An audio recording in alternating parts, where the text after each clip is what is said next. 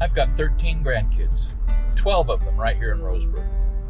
I hope to have maybe 16 or 17 by the time everybody's through. And right now I'm going to pick up a tool that's going to make my wood shop a lot safer for my grandkids, which is important because woodworking is something that kids can do. And the last thing on this planet that I ever want to have happen is one of these precious little souls get hurt in Grandpa's shop. So the tool I'm picking up here in a few minutes is going to go a long ways towards making sure that that never happens.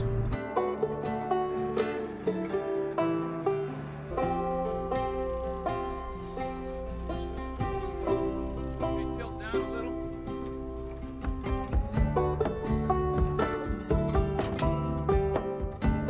Well, the cat's out of the bag. SawStop has sent me not one but 2 saws.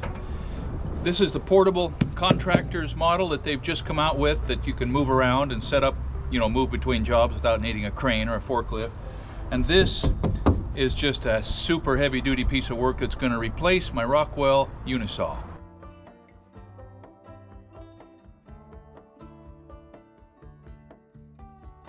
Bitter end, tie it like that.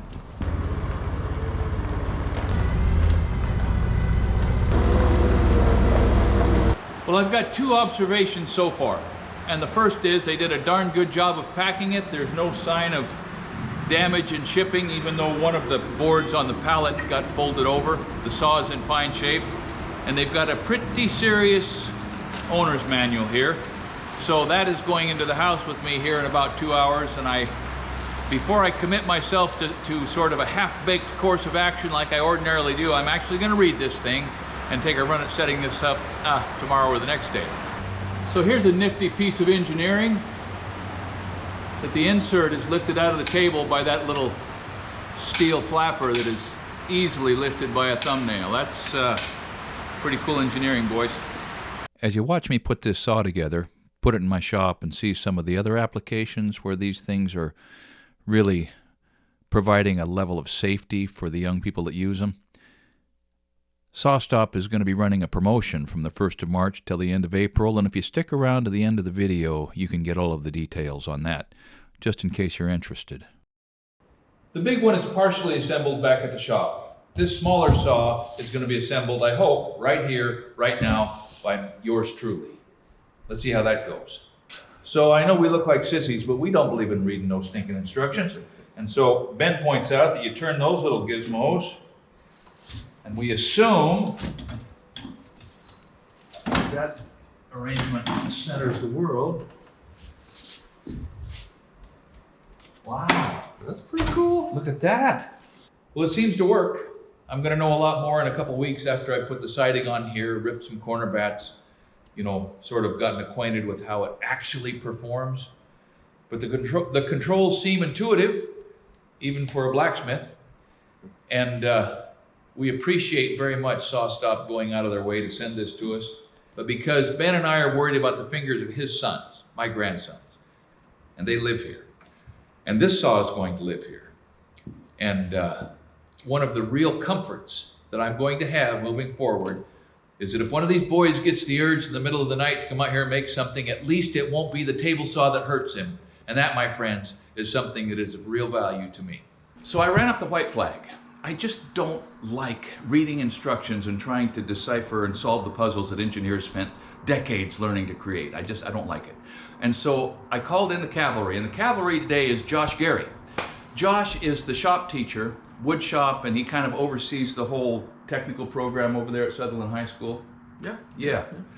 And he had me over there last summer, and I walked in, and one of the first things I recognized was that his wood shop is full of SawStop table saws. Got my attention. And when I told him that I was getting one of these things, he said, well, if you want some help setting it up, I'll come over and help you. So do you think there's any hope here today, Josh? I think we'll be successful, I do. Yeah, absolutely. So that, my friends, makes me feel a lot better.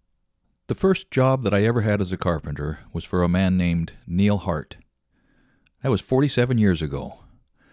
And he taught me a lot, really most of what was available about how to use a framing square to cut rafters and stairs and the brace table and the whole bit. And besides that, and perhaps more importantly, he taught me a lot about how to be a good man. Now, Neil was missing 2 fingers on his left hand. Table saw got him. And Kelly's granddad, who was another mentor and taught me to sawmill and just to do a wide range of things, was missing the index finger on his left hand. His little old Sears Craftsman table saw got that one.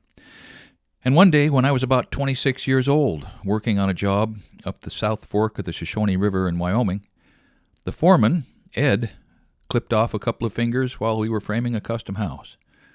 On his right hand, I think. And as I remember, I got the pleasure of driving him down to the hospital to get things sewed back up. It is stereotypical, isn't it, that carpenters cut off fingers? And it's stereotypical that it is usually done by a table saw. In fact, I've always remembered a joke that I heard years ago when I first started into the trade about what happens at a carpenter's 40-year retirement party. Generally, they serve a nice dinner and give speeches all around. Then they award him a gold pocket watch, and if he still has all of his fingers, they go ahead and cut one off. Well, I don't want that to happen to me. And like I already mentioned, my grandkids are, I hope, going to be spending more and more time out in this shop, and probably even bringing a few of their friends along. Now, I believe, generally, in reducing risk wherever and whenever we reasonably can. And with this table saw, I am really and reasonably reducing a serious risk right here in my little old shop. So obviously this guy's patient if he's willing to work in my little barbaric wood shop area when he spends every day right here in his home court. This is the Sutherland High School Woodshop. And this is, think of Captain Picard, right? On the bridge. This is the guy that runs the ship. How many kids do you have in here on a daily basis? 151 today. So did you hear that? 151, and they range from, how old are they? Freshman to senior? 6th grade all the way to seniors. Okay, can we just pause for a second and think about that? 151 kids that range from what? 6th graders 12? 12, yeah, I have some 11, some 12, yeah. To 18, yeah. All right. So you begin to see the justification for SawStop in a space like this. So how long have you had this job? It's my 10th year up here. And when you came on board, what kind of table saws were in here? We had 1 SawStop and then a couple old Deltas. We're going to walk through here and you're going to show us, you have 4 SawStops 4. in here? Yes, we do. All right, yep. We're going to get a look at how you've got these things set up and sort of what happens with them, and just try to visualize what it would be like to have a room full of young people in here using this equipment and be responsible not only for what they're learning, but for sending them home with all their digits.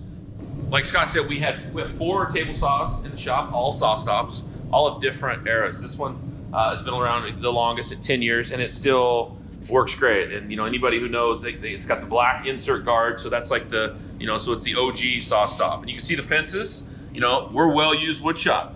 We peel these off and replace the fences all the time because students are lovely and they like to move in and they scar the face every now and again, which is it makes reason I love kids.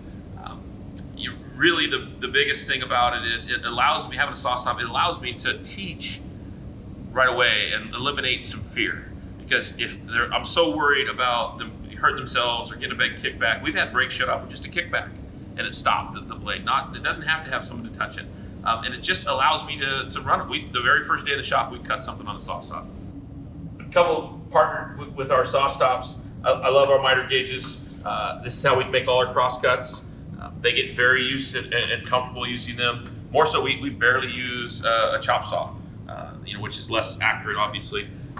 Also, we keep a standard amount of push sticks that we've designed.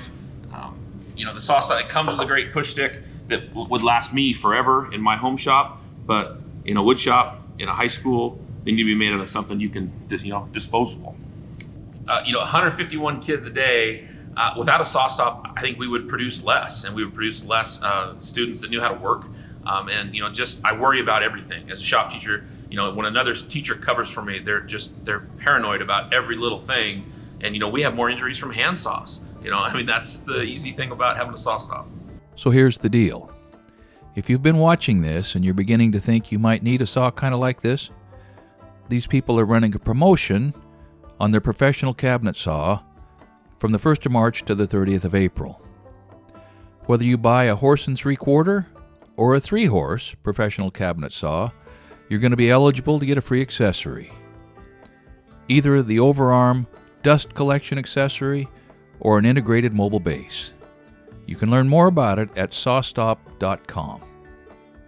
Thanks for watching Essential Craftsman, and keep up the good work.